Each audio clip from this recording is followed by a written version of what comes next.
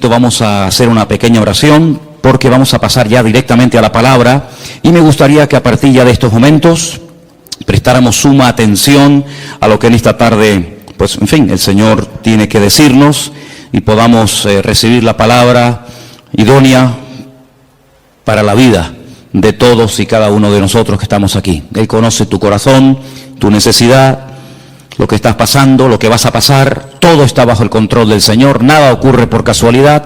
Por lo tanto, vamos a orar para que en esta tarde esta palabra pues te edifique, te anime, te consuele, te levante, te restaure, etcétera, etcétera. Padre Celestial, gracias de todo corazón te damos en esta tarde por este privilegio que nos das de poder estar aquí, Señor. Gracias por este regalo maravilloso que tú nos has dado de tu palabra. Queremos en esta tarde pedirte que tú nos hables, que toques nuestros corazones y podamos salir de aquí renovados y bendecidos y que verdaderamente, Señor, tu palabra hable a nuestras vidas. Señor, que esa palabra que va a ser expuesta ahora sea bendecida, sea dirigida por tu Espíritu Santo y que caiga en buena tierra, Señor, en corazones ya dispuestos y preparados después de este hermoso tiempo de alabanza y de adoración, y recibimos tu palabra con acción de gracias, Señor, en el nombre bendito de Jesús. Amén, amén. Quiero llevarles por favor al segundo evangelio, el evangelio que lleva por nombre Marcos, el capítulo 2, evangelio según San Marcos, capítulo 2. Vamos a leer este pasaje muy conocido, pero yo creo que nos va a venir muy bien a todos. Como dicen los hermanos de Filadelfia, nos va a hacer mucho bien, Por lo menos eso es lo que hemos pedido al Señor y confiamos que así sea. En Marcos capítulo 2, a partir del versículo 1 en adelante, dice que Jesús entró otra vez en Capernaum. Cafer en hebreo significa pueblo, Naún es el lugar o es el nombre del profeta Naún. Así que Jesús utilizó durante algunos años de su ministerio el pueblo de Capernaum, el pueblo donde había nacido y se había criado el profeta Naún, como cuartel general. Y allí, estando en Capernaum, después de algunos días, se oyó que estaba en casa. Lo más probable es que estuviera en casa de Simón Pedro, que vivía justamente allí también en esa ciudad. Y dice que inmediatamente se juntaron muchos, de manera que ya no cabían ni aún a la puerta. Les predicaba la palabra. Versículo 3 dice: entonces vinieron a él unos trayendo a un paralítico que era cargado por 4. Esto es una opinión personal, pero para cargar un paralítico no hace falta 4 personas, con 2 se puede llevar perfectamente. Probablemente el hombre llevaría tanto tiempo acostado que ya el hombre estaba un poquito ya pasado de peso, ¿no? Entonces hacía falta 4 personas. Es una opinión personal, simplemente, no tiene mayor importancia.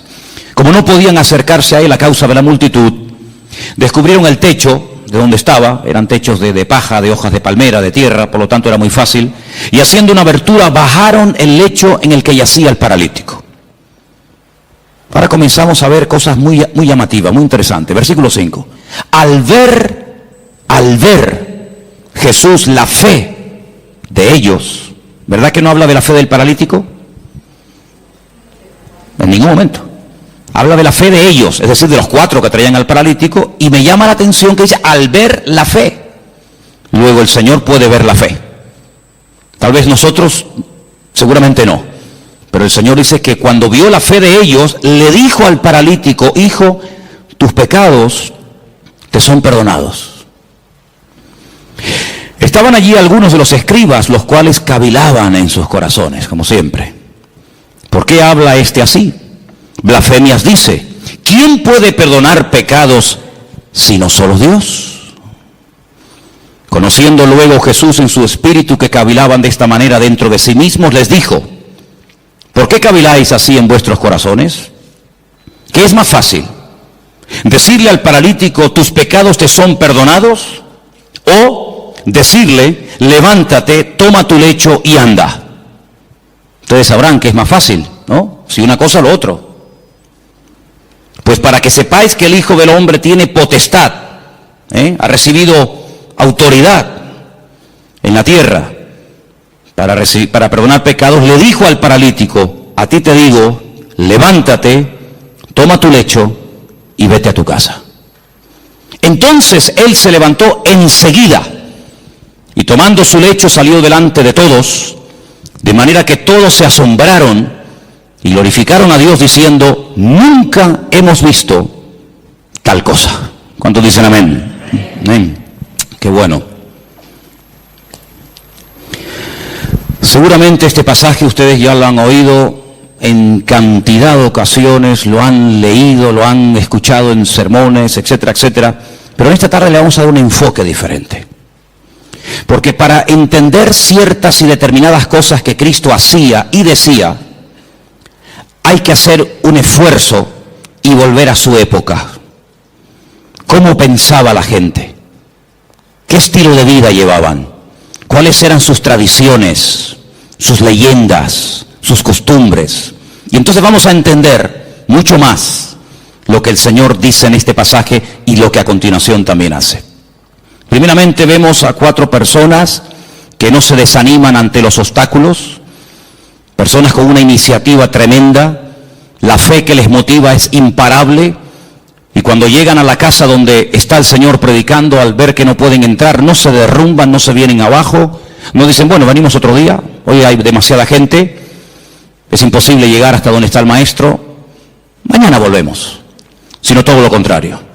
Vemos que la fe nos motiva a seguir adelante, a pesar de los obstáculos, a pesar de las dificultades. La fe es el motor que mueve nuestra vida, nuestras acciones, nuestras palabras, nuestros pensamientos.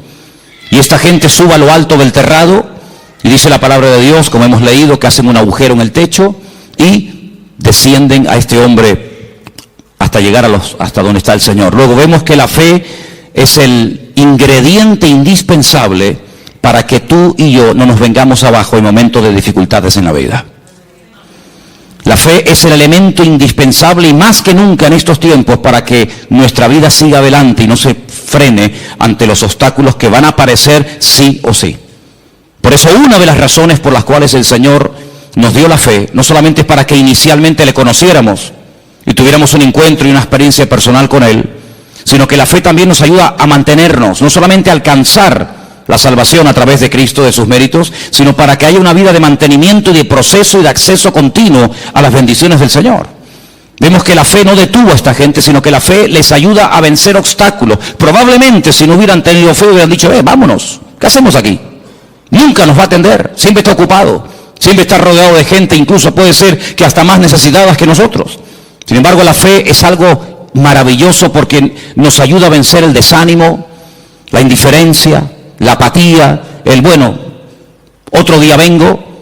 Por eso es fundamental que la fe que tienes, la vives, la uses, para que cuando te vengan los obstáculos que te van a venir a lo largo de tu vida, de la índole que sea, tú puedas vencer cada uno de ellos y utilizar los problemas como una especie de plataforma o de trampolín para conocer las grandezas y las maravillas del Señor en tu vida. ¿Cuántos dicen amén?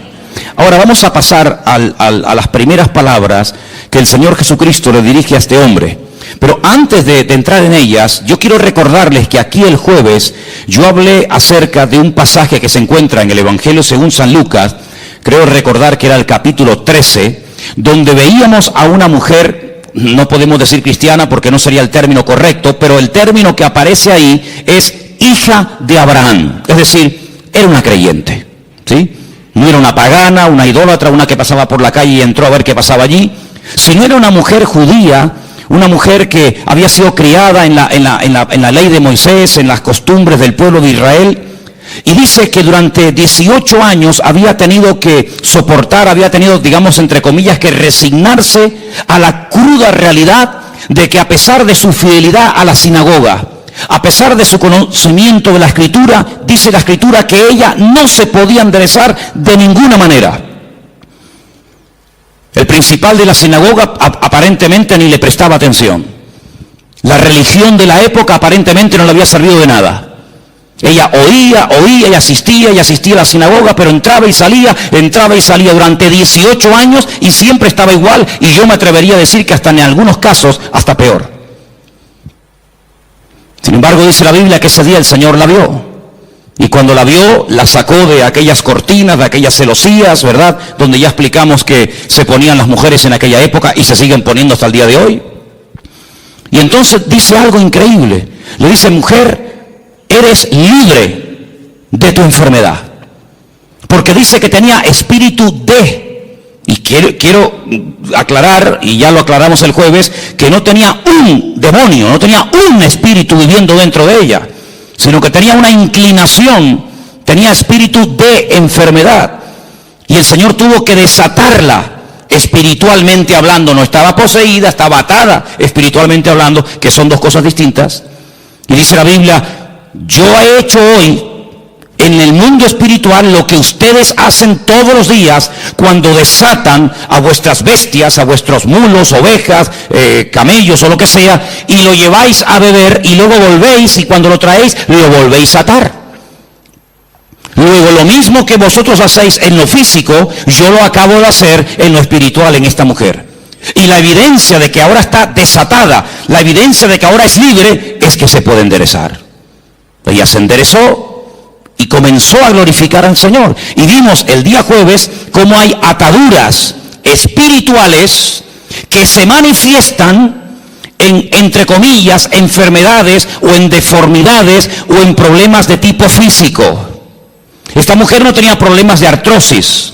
Esta mujer no tenía la columna torcida, no tenía una escoliosis. Esta mujer tenía un problema de tipo espiritual que se manifestaba y se podía ver, se hacía visible por una curvatura exagerada. Y dice Lucas, que es el médico, que bajo ninguna manera esta mujer se podía enderezar.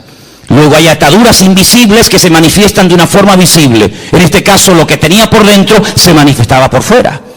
Pero en esta porción, en este capítulo que hemos leído, vamos a ver cómo una persona mentalmente puede estar también atada. En aquellos días, la filosofía de vida era la siguiente: enfermedad, persona enferma, significa que esa persona está en pecado.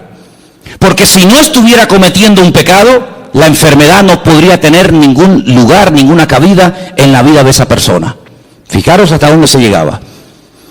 Claro que antes de la caída del hombre, la enfermedad no existía. La enfermedad viene a consecuencia de la desobediencia, de la rebelión del hombre, pero no necesariamente toda persona creyente en la actualidad que está enferma necesariamente está cometiendo un pecado.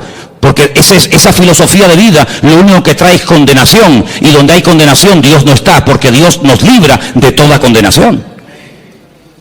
Por lo tanto, en aquellos tiempos, cuando una persona estaba sana, casi rayaba el orgullo, porque decía, estoy sano, porque soy justo, porque diezmo, porque oro, porque ayuno, porque soy buena persona, pero no tanto porque Dios tiene misericordia de mi vida y me da salud, sino porque yo por mis méritos casi he llegado a merecerme la salud que tengo. Por el contrario, cuando una persona estaba enferma, automáticamente se le señalaba con el dedo y se decía, ¿ves? Este hombre tiene que estar cometiendo un pecado terrible en su vida y Dios está enfadado con él, y la forma de manifestar que está enfadado es mandándole una enfermedad. Ahora podéis entender el pasaje de Juan capítulo 9, lo habéis leído, ¿verdad? Donde dice la Biblia que los discípulos pasan por un camino y se encuentran a un hombre que es ciego. Y la pregunta que le hacen los discípulos al Señor, ¿cuál es? Señor, ¿quién pecó?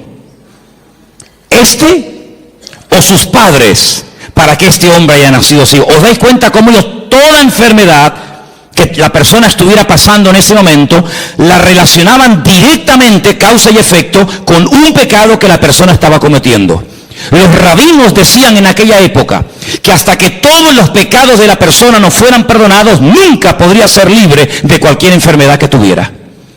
Ahora, con esta información, volvamos al pasaje. El hombre lo descuelgan por el techo, y cuando lo presentan delante del Señor, el Señor en ese momento, aunque lo pueda hacer y ahora lo veremos, en ese momento no dice, hijo, a ti te digo yo tus pecados. Eso no está diciendo el Señor. Eso es lo que muchas veces se ha dicho. Eso es lo que muchas veces se ha predicado, que en ese momento el Señor Jesucristo le está perdonando los pecados al hombre. Pero es que eso no dice la Escritura. Lo que la Escritura dice es lo siguiente: al ver Jesús la fe de ellos, versículo 5, le dijo al paralítico, hijo, que tus pecados ya han sido perdonados. No es que yo en este momento te los perdono, ¿me entendéis? Hijo, que estás siendo esclavo de una mala información, de una mala enseñanza que te han dado, y yo te digo que tus pecados ya han sido perdonados. Claro, automáticamente los que estaban allí, Parece que había venido como una especie de un comando, ¿no?, del Sanedrín de Jerusalén para pillar al Señor siempre en el más mínimo fallo. Automáticamente comienzan a cavilar y tenían razón. Solamente Dios puede perdonar pecados, nadie puede perdonar los pecados. Pero si os dais cuenta, Jesús no está diciendo en ese momento, a ti yo te perdono los pecados, sino que le transmite la información del Padre, diciéndole, hijo, que tus pecados ya han sido perdonados. Por lo tanto, esta enfermedad no es consecuencia directa de un pecado que no ha sido perdonado en tu vida. Fijaros hasta qué punto esto estaba interiorizado, enraizado en la cultura de la época, que si ustedes vienen conmigo un momentito al Antiguo Testamento, a 2 de Samuel capítulo 12, ahora vamos a volver aquí, pero en 2 de Samuel capítulo 12, cuando el profeta Natán llega al palacio del rey David a decirle, a amonestarle acerca del pecado que ha estado cometiendo, si ustedes leen todo el capítulo 12, no nos da tiempo de leerlo ahora, pero leerlo por favor al llegar a casa, 2 de Samuel capítulo 12, en el versículo 13, cuando el profeta Natán le amonesta al rey David, él dice en el versículo 13, entonces David le dice al profeta Natán, he pecado contra el Señor, he pecado contra Dios. Pero Natán le dijo, pero también el Señor ha redimido tu pecado, ¿y qué añade? No morirás. Es decir, la consecuencia de que Dios te ha perdonado es que no has muerto. Porque si hubieras muerto, es la evidencia de que Dios no te perdonó. Fijaros la profundidad de esto, hermanos. Dios te ha perdonado. Sí, ya, porque tú lo digas. No. ¿Sabes por qué te ha perdonado? ¿Sabes por qué puedes estar plenamente convencido 100% de que Dios te ha perdonado a pesar de la que has liado? ¿Cuál? Que no morirás. Ay, amigo. Ahora cuando vamos al Nuevo Testamento y nos encontramos con esta historia que estamos analizando en esta tarde, nos encontramos que el Señor Jesucristo le dice a este pobre hombre, este pobre paralítico, tus pecados han sido perdonados. Por lo tanto, no tienes que estar atado mentalmente. Aquella estaba atada espiritualmente. Este tiene ataduras mentales porque cree que su enfermedad es una consecuencia de un pecado que está cometiendo. Por lo tanto, el hombre ni siquiera se atreve a dirigirle ni una sola palabra al Señor. No le pide nada, ni clemencia, ni misericordia, ni nada. Porque la evidencia, según su mente, de que el Señor está enfadado conmigo, es que me tiene aquí postrado en esta cama. Nada más lejos de la realidad. Mira, aquí tenemos un versículo que lo hemos citado millones de veces. Y el versículo es muy fácil, muy fácil de entender. Conoceréis la verdad, y la verdad os hará libres. Dele la vuelta al texto. En vez de creer en la verdad que trae libertad a tu vida, cree en una mentira y serás la persona más esclava y la persona más deprimida y la persona más amargada de todo el planeta Tierra. Porque así como la verdad liberta, la mentira esclaviza y ata. Este hombre estaba atado mentalmente. Claro, ¿qué rabino le iba a decir en su época? Tus pecados han sido perdonados. Pero si han sido perdonados, ¿por qué sigo enfermo? Bueno, ¿cuál es la evidencia? ¿Cuál es la evidencia? Porque claro, decirle, oye, que Dios es un Dios de perdón, es un Dios de misericordia, que tus pecados han sido perdonados, eso no cuesta nada. Por eso el Señor lanza la pregunta. Aquí hay un mensaje en dos direcciones. Primero hacia el paralítico y también hacia los escribas y fariseos que están allí cuestionando la credibilidad de dichas palabras. ¿Cómo se atreve este hombre a perdonar pecados? Es que no está perdonando pecados, está dando la información. Está trayendo consuelo y aliento y esperanza a un corazón que está creyendo en una mentira. Ahora eso hay que demostrarlo. Muy bien. Pues entonces ahora viene el momento de la verdad.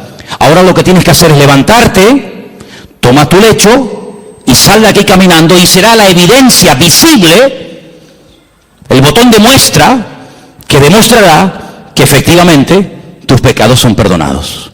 El hombre toma su lecho, se levanta, se va y el texto termina diciendo que glorificaron a Dios, se quedaron asombrados y dicen nunca, claro, nunca hemos visto tal cosa, porque nunca le habían enseñado eso.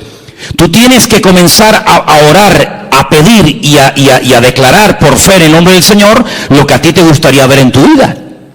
El gran problema es que muchas veces nuestras palabras, hermanos, son un obstáculo para que la gloria del Señor y el poder de Dios se manifieste en nuestra vida. ¿Quieres ver bendición? Habla bendición. Siembra tomates si quieres cosechar tomates. ¿Quieres cosechar patatas? Pues no siembres tomates, tienes que cosechar patatas. Y en el sentido espiritual pasa exactamente lo mismo. ¿Quieres ver bendición en tu vida? Levántate por la mañana. El Señor es mi luz y mi salvación. ¿De quién temeré? Aunque un ejército acampe contra mí, no temerá mi corazón. El Señor está conmigo. Él es mi poderoso gigante. Él es mi pastor. Él me va a abrir puertas. Él me va a sanar. Él me va a bendecir. Y estamos sembrando fe. Y el que siembra fe, recoge fe. ¿Cuántos dicen amén? Por lo tanto, amados hermanos, tengamos mucho cuidado, no solamente con nuestras palabras, sino con nuestras actitudes y también, como no, con nuestros pensamientos. Porque mucha gente en aquellos tiempos era personas atadas, mental, física y espiritualmente, porque habían creído en las mentiras que muchas veces los hombres habían enseñado y se habían arraigado de tal manera en la forma de vida, en la cultura de la época, que la gente era esclava, no porque Dios estaba enfadado con ellos, sino porque ellos mismos se habían atado al creer en mentiras. ¿Habéis prestado atención a la lectura de esta tarde? ¿Sí o no? Jesús se va a otra población, a Nazaret. Coge el pergamino, el rollo del profeta Isaías. ¿Y qué dice? Yo he venido, ¿para qué? Para darle vista a los ciegos. Yo he venido a sanar y a curar a los quebrantados de corazón, a traer libertad a los oprimidos. En otras palabras, a traer esperanza, que ya bastante condenación y bastante amargura tenéis encima. Sin embargo, el Señor vino a darnos libertad de todas nuestras miserias, de todas nuestras pobrezas y de todos nuestros pecados. No es que el Señor anule la ley del Antiguo Testamento, pero el Señor viene a ofrecer la imagen de la misericordia del Señor, que nadie la estaba dando en aquellos tiempos. ¿Os acordáis cuando el Señor le habla tremendamente duro a los escribas y fariseos en Mateo capítulo 23? Si diezmáis esto, diezmáis lo otro, oráis, recorréis tierra y mar para ganar un prosélito y hacéis, pero os habéis olvidado de lo más importante, misericordia quiero y no sacrificio. Sois capaces de hacer sacrificios, de caminar, de sudar, de patear por aquí, subir montañas, hablar con este, hablar con el otro, de ayunar días y días, de diezmar la semilla, de colar esto, de colar lo otro. Y lo más importante, que es la misericordia. Pero ¿cómo van a aplicar misericordia si ellos no conocen a un Dios de misericordia? Hay gente, no sé qué concepto de Dios tiene, pero el concepto que tenemos que tener en el día de hoy de nuestro Dios es que nuestro Dios es un Dios de amor y para siempre su fidelidad, y es un Dios misericordioso. ¿Cuántos dicen amén? No es que pasa por alto el pecado, pero es un Dios que quiere perdonar, se goza en perdonar. Ahora, la Biblia nos enseña que cuando, por ejemplo, el rey David pecó y desobedeció contra el Señor, ya no mataba en la proporción en la que lo hacía al principio, sino que ya obtenía victorias, pero no en la medida que las hacía al principio. Ya mataba de 1000 en 1000, en vez de 10.000 en 10.000 como al principio. Así, hubo un decrecimiento, menguó en la gracia del Señor en su vida. Necesitaba una restauración interior. Y entonces, ¿cómo le vino esa restauración? Bueno, yo siempre he dicho que sin confrontación no se produce un cambio interior. Tiene que haber un momento en el que el Señor nos confronta, el Señor señala, dice, tu pecado, tu problema es este. En ese momento tenemos dos opciones: optar por el camino del medio, hacernos el loco como que no hemos hecho nada malo; optar por un camino que consiste en amargarme, en deprimirme, en condenarme; o escoger el camino correcto y verdadero, que es el de la misericordia del Señor. Y yo quiero decirles en esta tarde que por muy bajo que podamos caer en la vida, después de conocer al Señor, por muy lejos que nos hayamos podido separar de su presencia, de sus caminos, el Señor no ha cambiado ni menguado su amor y su misericordia, sino que Él nos sigue llamando y nos sigue amando igual o más que el primer día. A ti te digo que Dios te ha perdonado los pecados, y la evidencia de que Dios no está enojado contigo, la evidencia de que Dios no está enfadado contigo, es que si quieres te puede levantar ahora. Pero ya ni lo intentaba, ya se había resignado a vivir toda la vida bajo ese peso, dependiendo de que lo llevaran o lo trajeran las personas. Sin embargo, amados hermanos, tú no tienes que depender de nada ni de nadie para caminar, para sentirte libre, sino que tu libertad no depende del hombre, tu libertad depende de la obra que Cristo ha hecho por ti en la cruz del Calvario. ¿Cuántos dicen amén? Dale un fuerte aplauso al Señor en esta tarde. Dile gracias porque tú me perdonas. Aleluya. Amén. Hay un versículo en San Juan capítulo 5 que quiero leer, San Juan capítulo 5, versículo 22, donde vemos que el Padre delegó en el Hijo plenos poderes para perdonar pecados y para cualquier cosa. Y quiero que lo leamos porque no quiero que penséis que estoy tratando de decir que Jesús no tenía autoridad para perdonar pecados, no estoy diciendo eso. De hecho, el versículo que vamos a leer ahora nos demuestra que el Padre delegó, dice, este es mi Hijo amado en el cual delego, en el cual deposito toda mi confianza. Juan capítulo 5, verso 22 dice, porque el Padre a nadie juzga. Pero sigue diciendo el versículo, sino que todo el juicio, ¿qué dice? Se lo dio al Hijo. Es decir, que a través del Hijo, Dios imparte justicia y a través del Hijo, Dios imparte misericordia. ¿Os acordáis cuando el Señor estaba un día y de repente lo rodearon un montón de religiosos que estaban dispuestos a apedrear, a lapidar públicamente a una mujer que dice que había sido sorprendida en el mismo acto? Que es curioso, porque si la habían sorprendido en el mismo acto, ¿dónde estaba el otro? Curioso que nada más traen a uno. Y le dijeron, nuestra ley, como dándole lecciones de moral al Señor, como enseñándole cosas que él ignoraba, nuestra ley dice que tenemos que tomar medidas radicales ante este tipo de pecados, y nuestra ley dice que hay que matar a pedradas a semejantes personas. Y el Señor dice, muy bien, perfecto, yo conozco esa ley, si la di yo, si yo la di. El problema es que para poder ejecutar esa ley, uno tiene que estar limpio y libre de pecado. Ahora, si tú crees que estás libre de pecado para poder matar a pedradas a una persona, pues coge la piedra y tírala. No sabemos lo que el Señor escribió en tierra. Algún día lo sabremos, ¿no? ¿No te parece? Por lo menos yo se lo pienso preguntar.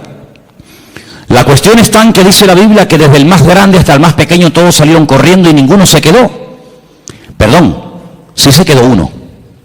Se quedó el único que podía tirar una piedra y una y 20 contra ella, ¿sí o no?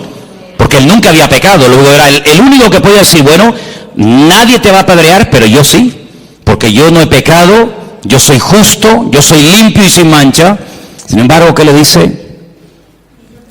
Yo tampoco te condeno. Vete y no peques más. Es impresionante, ¿verdad?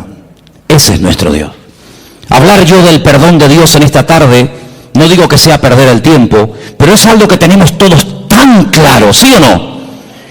Gloria a Dios por el perdón de Dios. Gloria al Señor que vemos que perdona al ladrón en la cruz sin haber hecho ningún mérito para ser perdonado. Gloria a Dios que perdona a la mujer adúltera que según la ley de la Torá de Moisés merecía la muerte. Gloria a Dios que perdonó a Pedro a pesar de que le traicionó o le negó. Ponle el adjetivo que quieras. Gloria a Dios que no hay pecado que Dios no pueda perdonar. Hablar del perdón de Dios, hermano, para nosotros no es una predicación, es una realidad. Es algo que hemos experimentado. Todos los que estamos aquí, o la inmensa mayoría, sabemos que el Señor, tanto antes como después de haberle conocido, nos ha tenido que perdonar muchas veces, ¿sí o no? Porque claro, siempre cuando hablamos de perdón y de misericordia, parece que tenemos que volver a nuestra vida anterior a conocerla al Señor. No, yo no hablo de esa, yo hablo después de haberle conocido. O es que después de haberle conocido no hemos roto nada. O es que después de haberle conocido no hemos caído, tropezado y pecado. ¿Hay alguno aquí así? Porque antes pecábamos por ignorancia, pero ya después de conocerla a Él, pecamos sabiendo que a nuestro Dios le ofendía el pecado y lo hemos hecho igualmente. Y el Señor nos ha perdonado. Y la evidencia de que nos ha perdonado es que estamos vivos. Pero yo no quiero hablar del perdón de Dios, porque ya lo sabéis. Yo quiero hablar acerca de si ahora nosotros vamos a perdonar nuestras ofensas a aquellos que nos han hecho daño. Hay muchas formas de matar a una persona. Dicen que En algunas tribus se ha practicado y se practica en la actualidad algo que se llama el ostracismo. El ostracismo consiste en no dirigirle la palabra a una persona. En una tribu, cuando alguien cometía un delito, un pecado, un error contra la tribu, pues lo dejaban vivir en la tribu, pero nadie podía hablarle, nadie podía saludarlo, no había ningún contacto físico, ni palabras, ni conversaciones, ni buenos días, ni buenas tardes, ni nada, ni por ahí te pudras. Cuenta la historia, hay muchos casos en la historia de personas que morían de pena, de tristeza.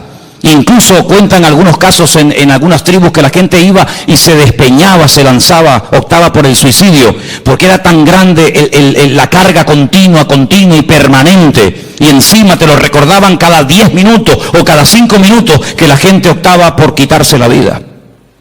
Cuando vamos al Nuevo Testamento encontramos la famosa oración modelo del Padre Nuestro, que en cierta medida, si conocéis lo que era el año de jubileo, está basado en eso. Cada 7 años y luego cada 50 años se tenían que perdonar las deudas. Conocéis, ¿verdad?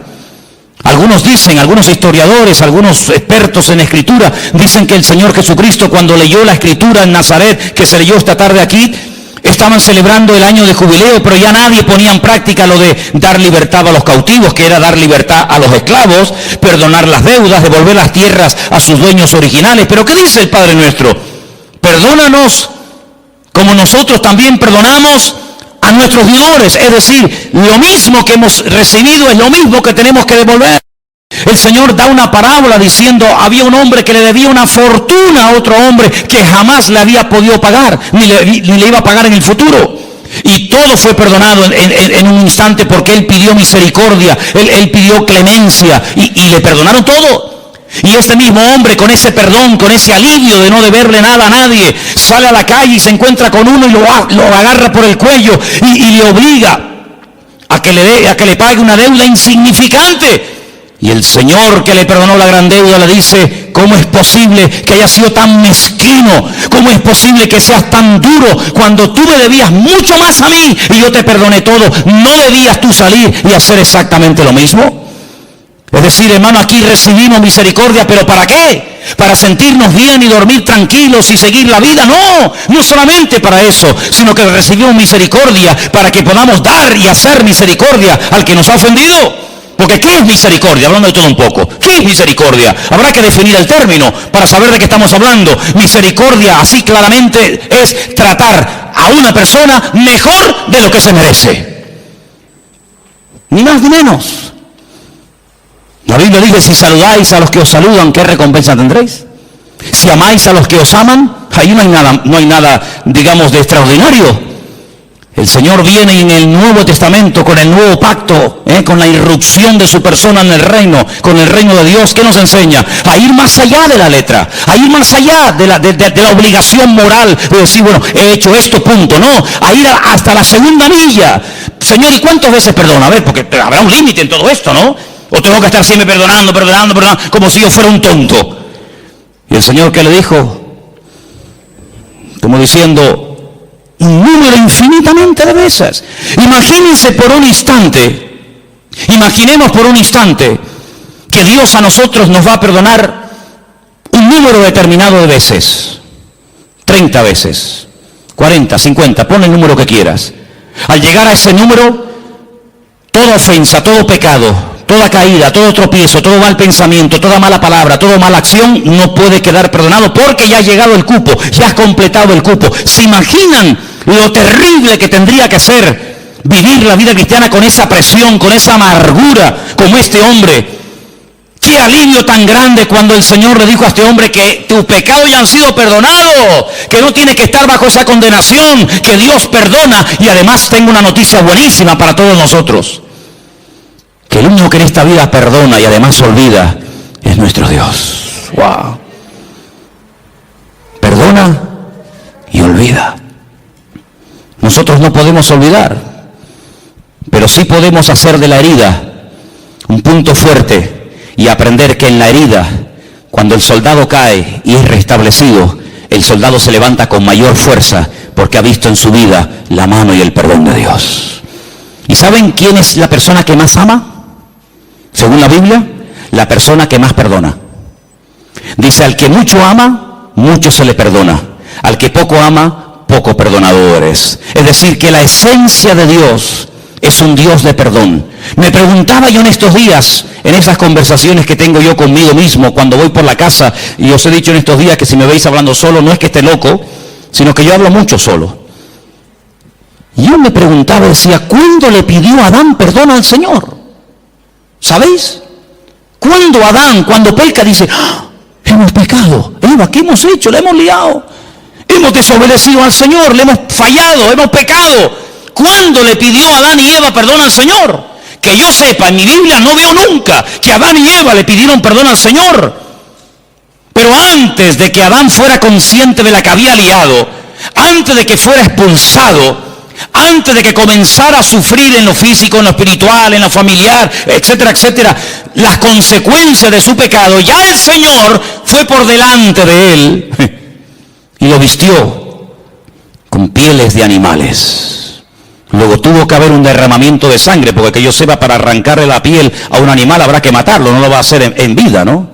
Tuvo que haber un derramamiento de sangre, y cada vez que Adán y Eva veían esas túnicas que le habían hecho el Señor a su medida, no le quedaban pequeñas, ni grandes, ni apretadas, sino eran túnicas hechas a su medida. Cada vez que veían esas prendas, sabían que la habían liado, pero Dios los había cubierto con su justicia y con su misericordia. Y ese es el concepto que tenemos que tener constantemente en nuestra vida. Mi Dios es un Dios santo, no tolera el pecado, pero es un Dios que si llego a pecar, Dios, siempre que haya un arrepentimiento, siempre que haya un genuino arrepentimiento, mi Dios, que lo conozco perfectamente, sé que mi Señor siempre me perdonará, siempre me restaurará y siempre me dará una segunda oportunidad. ¿Cuántos dicen amén? Mira que está a tu lado, Dios perdona y olvida. Así es, aleluya. Dios perdona y Dios olvida. Bendito sea el Señor.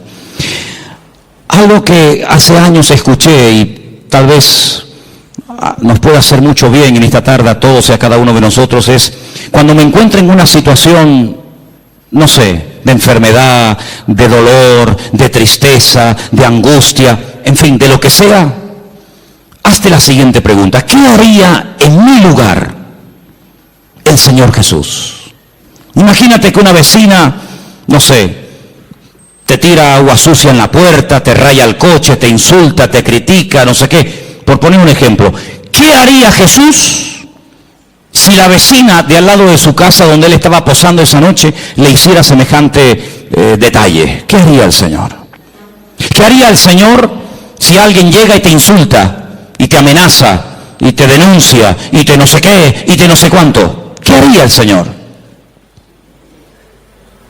Eso es lo que nosotros tendríamos que hacer. Ni más, ni menos. Exactamente lo mismo que haría el Señor. Es interesante notar que cuando el Señor Jesucristo resucitó, la Biblia nos da una lista muy detallada de las personas, lugares que fue a visitar después de su resurrección. A una de las personas que específicamente fue para encontrarse con él, para restaurarlo, ¿sabéis de quién hablo, verdad? Del apóstol Pedro. Y decirle a mis discípulos y a Pedro, y el Señor Jesucristo se va desde Jerusalén, lugar donde había sido muerto, crucificado y resucitado, recorre prácticamente todo el país y se va justo al mar de Galilea, donde allí estaba Pedro, volviendo otra vez a las andadas, volviendo otra vez a la pesca, contagiando con su desánimo y con su decisión a otros discípulos para volver a la pesca, cuando tenían que tener clarísimo que ya por ahí no iban los tiros, pero allí se va el Señor. Y el Señor se entrevista con Pedro, y el Señor restaura a Pedro, y el Señor le vuelve a decir algo tremendo, que a lo mejor tú y yo nunca le diríamos a nadie: pues apacienta mis corderos. Y alguien podía objetar y decir: pero Señor, pero si cuando te vio hacer milagros, cuando te vio caminar por encima de las aguas, cuando te vio multiplicar panes y peces, la lió y dijo que no te conocía, ahora que te vas, le vas a delegar a él la responsabilidad, y como a uno de nosotros, de atender ovejas, de atender gente nueva, de pastorear iglesia, de difundir el evangelio. Pero Señor, ¿no te das cuenta que de este hombre nadie se puede fiar? Que ya la lió una vez, y si la lió una vez, ¿Quién nos asegura que no vuelva a hacerlo? Bueno, tenemos un pasaje tremendo para que veáis la reacción del Señor y la reacción del hombre ante un pasaje o una circunstancia parecida. Dice la Biblia que hubo un desacuerdo terrible entre Pablo y Bernabé. ¿Por qué? Porque dice que Marcos en el primer viaje misionero los había abandonado, ¿sí o no? Y llega el momento de celebrar el segundo viaje misionero y Bernabé dice, bueno, pues vamos otra vez juntos, Marcos, yo, Bernabé, y tú, Pablo, y Pablo dice, bajo ningún concepto, de ninguna manera. ¿Pero por qué? Porque este hombre los abandonó en el primer viaje, ¿no te acuerdas? Que cuando se pusieron las cosas difíciles y cuando hubo problemas, cogió y se mandó a mudar y nos dejó tirados. Y Bernabé le habrá dicho, bueno, pero es verdad, tienes razón, yo estaba allí, yo sé lo que estás diciendo, pero vamos a darle una segunda oportunidad al chico. Ya ha crecido, ya ha madurado, ha pasado un tiempo, capaz que el hombre se ha arrepentido, ha recapacitado, se ha dado cuenta de que así no se puede ir por la vida. Ahora sí, ahora no, ahora cuenta conmigo, ahora no estoy para nadie. Y Pablo dice, bajo ningún concepto. Y dice que hubo tal desacuerdo entre estos dos grandes hombres de Dios, Bernabé y Pablo, que dice la palabra que Pablo se fue por tierra con Silas y se fue Bernabé por mar a la isla de Chipre, de la cual era, con Marcos. Así actúan los hombres, así actuamos los seres humanos. Como dicen algunos, el que la hace la paga, ¿verdad? Ni perdono ni olvido, dicen otros. Terrible. Sin embargo, el Señor Jesucristo llega a Galilea y podía haberse reunido con Juan, con Santiago, con Tomás, con Felipe, etcétera, y decir, bueno, Pedro, tú me dijiste que no me conocías, tú blasfemaste, tú dijiste que no querías saber nada de mí, por lo tanto, déjanos en paz, vete con los tuyos, que yo tengo a mi gremio. No. Yo quiero volver a incorporarte, yo quiero volver a integrarte y quiero volver a confiar en ti. De hecho, te lo digo. Apacienta mis corderos, apacienta mis ovejas. Y ese es nuestro Dios, ese es nuestro Señor Jesucristo, ese es nuestro Dios, un Dios de misericordia, un Dios que nos ha perdonado, pero no para que, como dije antes, podamos dormir tranquilos y decir, ay, qué bueno, ya mis pecados están todos perdonados. No, no solamente para eso, sino para enseñarte un modelo, para enseñarte un nuevo estilo de vida y para decirte lo que has aprendido y recibido es exactamente lo mismo que tienes que enseñar y transmitir a toda persona que a lo largo de la vida te ofendan. Porque dicho sea de paso, cuando alguien te ofende es porque Dios le permitió que te ofendiera. Algunos dirán, ¿cómo? No lo he entendido. Te lo voy a explicar para que lo entiendas. Cuando el rey David huía de Jerusalén porque su propio hijo Absalón, al que amaba con locura, fíjate cómo lo amaba, que viola a una de sus hijas. Sí, le quita el habla durante un tiempo, pero en el fondo David amaba con locura a su hijo Absalón. No hacía honor a su nombre. Padre, Shalom, paz, el padre de paz. Y era un guerrero, era un traidor terrible. Un hombre que dice que se paraba en las puertas de Jerusalén y cuando alguien venía a consultar, a pedirle consulta o consejo al rey, dice que él robaba el corazón del pueblo. Ay, si yo fuera rey, ay, si me nombraran rey, mi padre siempre está liado, siempre está ocupado, yo te trataría con benevolencia. Un ladrón de corazones, terrible. La palabra del Señor nos enseña que quería matar a su propio padre. ¿Qué hace David? Sí, van a ir al campo a buscarlo, van a ir a por él, pero por favor, tener misericordia de mi hijo, No me le hagáis daño, no me lo matéis. No le hicieron caso, todos sabemos, ¿verdad? El resto de la historia. Pero cuando David salía huyendo descalzo y orando, subiendo la cuesta del Monte de los Olivos, como dice en el Antiguo Testamento, dice que le salió en el camino un hombre tirándole piedras, escupiéndole, maldiciéndole. Hombre sanguinario, eso te pasa porque has derramado sangre inocente. Y le está recordando ¿qué? Le está recordando la muerte de Urías. No es que mató al gigante Goliat, ese día lo aplaudieron, pero le están echando en cara todos los pecados que había cometido. Qué crueles somos, Cuando queremos ser buenos, somos los más buenos del mundo. Cuando queremos ser crueles, rebuscamos en el cajón de la basura para justificar nuestras miserias. Como le decía un día el Señor a Job, ¿me vas a condenar a mí para justificarte tú? Es increíble, ¿verdad? Cuando queremos justificarnos y salir por la vida de bueno, buscamos todas las miserias de todo el mundo. Y mira fulano, y mira lo que hizo, y mira lo que dijo, y mira lo que y el Señor dice, todo lo que te hagan a ti son pajitas, pero todo lo que tú tienes son vigas dentro de tu propio ojo, querido. Y dice la Biblia que cuando aquel hombre comenzó a maldecir, a tirar piedras contra el rey David, un soldado le dijo, mi señor, ¿me das permiso para que vaya y arremeta contra ese hombre y lo mate y lo deje seco en el sitio? Y le dijo, no levantes la mano contra él, porque si me está hoy maldiciendo y me está tirando piedras y se está portando así de mal conmigo, es porque mi Dios se lo ha permitido. Porque mi Dios es el que somete a los enemigos más grandes y poderosos que yo bajo la planta de mis pies. Pero la Biblia dice que hay tiempos en la vida para reír. Cuando sea tiempo de reír, mátate de la risa, disfruta. Pero cuando sea tiempo de llorar, no quieras reír, porque si es tiempo de llorar, como dice la Biblia, llora todo lo que puede, porque por cada lágrima que salga de tu corazón, el Señor trae una restauración y trae algo nuevo, una bendición nueva para tu vida. Así que si hoy es tiempo de humillación, hoy es tiempo de huir, hoy es tiempo de sufrir y de llorar, ¡gloria a Dios! Y llegó el momento cuando David volvió, y ese mismo que se le había aparecido en el camino para matarlo, para humillarlo, fue el primero que fue a darle la bienvenida diciendo: Rey David, perdóname, lo siento, se me fue la olla, no sé lo que me pasó aquel día. Y David le dice: tranquilo, no te preocupes, venga, vete para casa, que aquí no ha pasado nada. ¿Te das cuenta, hermano? Esto no es fácil, esto no se aprende tocando un botón ni leyendo un libro. Esto es una lección que tendremos toda la vida para aprenderla. Pero cuanto antes la aprendamos, antes vamos a crecer y antes vamos a madurar. Y estamos viviendo en unos tiempos donde Dios está poniendo a prueba el corazón de los hijos de Dios.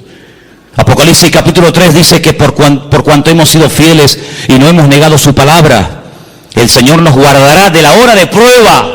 Escuchen bien, de la hora de prueba que ha de venir sobre todos los habitantes de la tierra. Y dice por ahí otro texto, y lo conocéis, que el juicio tiene que comenzar primeramente, ¿por dónde? Por la casa de Dios. Dios tiene que comenzar a limpiar nuestras miserias. ¿Hay alguien aquí que pueda levantar su mano y decir: yo nunca he tenido problemas con la pornografía, yo nunca he tenido problemas con la crítica, yo nunca he tenido problemas con la soberbia? Por favor, cuerpo a tierra todo el mundo. No hay ninguno de los que estamos aquí esta tarde que pueda levantar la mano diciendo: yo soy justo y jamás en mi vida por mi mente ha pasado ningún mal pensamiento, ninguna mala palabra, ninguna mala actitud. Increíble, nuestras miserias son terribles. Si no fuera por la misericordia del Señor, no tendríamos ningún derecho de estar tú y yo esta tarde en este lugar. Pero es la misericordia de Dios, no son nuestros méritos, no es nuestro